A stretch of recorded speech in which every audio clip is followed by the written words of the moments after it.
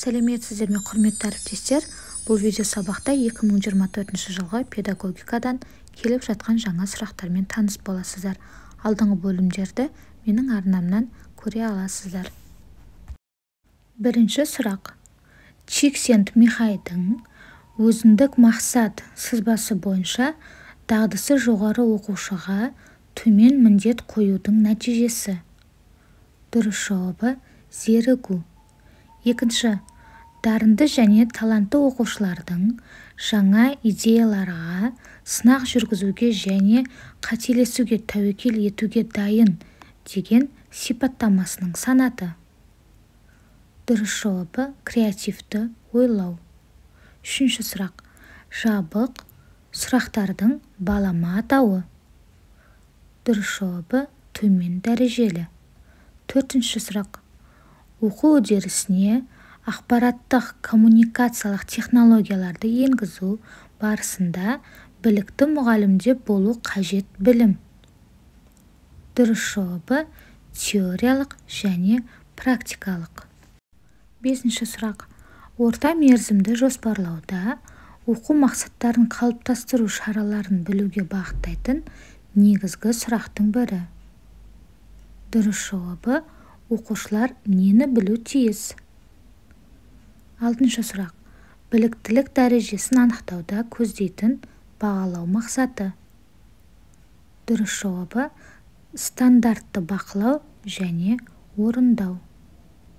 Жетінші сұрақ. Мақсатты аудитория сипаты мен бағалау стратегияларын білуді қамтитын білім саласын көрсетіңіз. Дұрыс жауабы педагогикалық білім. Сегізінші сұрақ. Диалог барысында әркімнің идеясы құнды деп саналып, мұқият бағаланудан өтетін әңгіменің түрі. Дұрыс жауабы зерттеушілік әңгіме. Тоғызыншы сұрақ. Топтық әңгімеге тән жағдайды көрсетіңіз.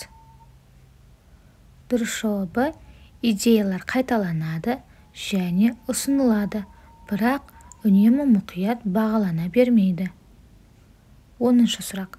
Сабақты зерттеу, lesson study үдерісінде топ мүшелері жоспарланған зерттеу сабағын мұғалімдердің бірі жүргізеді.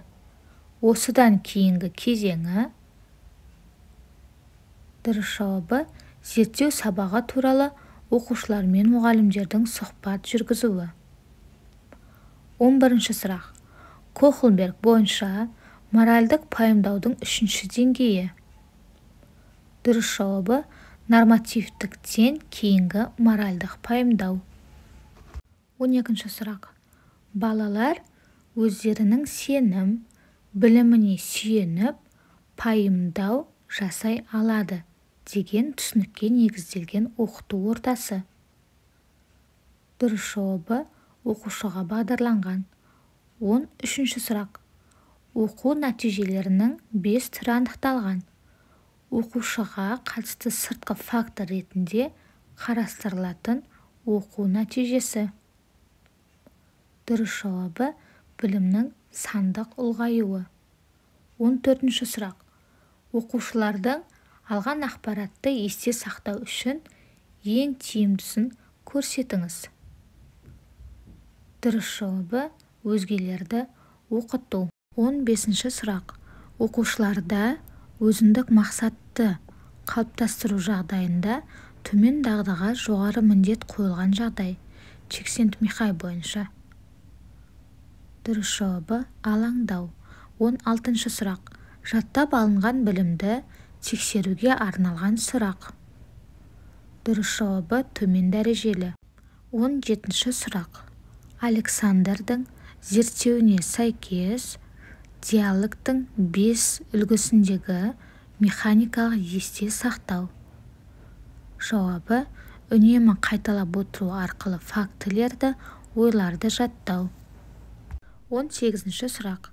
Бірінші жауап алу үшін және оқушының жауабын түзетуге көмектесу үшін қойылған сұрақ.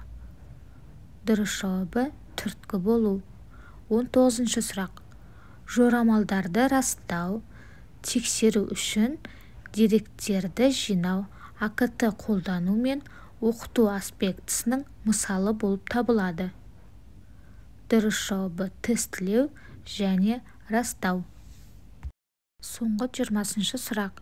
Бәсекелестікке құрылғандықтан топ ортақ шешімге келе алмайтын әңгіме түрін көрсетіңіз. Дұрыс жауабы әңгіме дебат. Осымен кезекті видеосабағымыз аяқталды. Арнаға тіркеліп, лайк басып, комментарий жазуды ұмытпаңыздар.